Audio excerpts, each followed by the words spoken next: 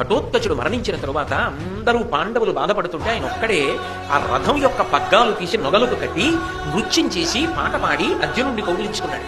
బావా ఏమైనా బాగుందా, మా వాళ్ళందరూ ఏడుస్తుంటే నువ్వు ఇదే చేయవలసిన పని, నీ పెద్దరికానికి తగిన బుద్ధే తగిన ప్రవర్తనే అని అడిగాడు అర్జునుడు.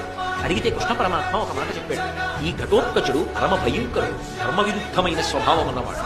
ఇవాళ మీ మీద ఉన్నటువంటి ప్రేమ చేత మిమ్మల్ని అనువర్తించాడు తప్ప రేపొద్దున్న ఇతను కానీ సహజమైన స్వభావము చేత ధర్మమునకు వ్యతిరేకంగానే నిలబడతాడు ఆ రోజున.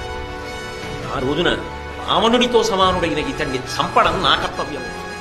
అందుకని ఇతను మరణించడం, అందున కర్ణుడి దగ్గర ఉన్న శక్తి అన్న అస్త్రం చేత చచ్చిపోవడం, నీకు ప్రమాదం తప్పిపోవడం, ధర్మం నిలబడడానికి కారణమవడం నా సంతోషానికి కారణమైంది అని చెప్పాడు.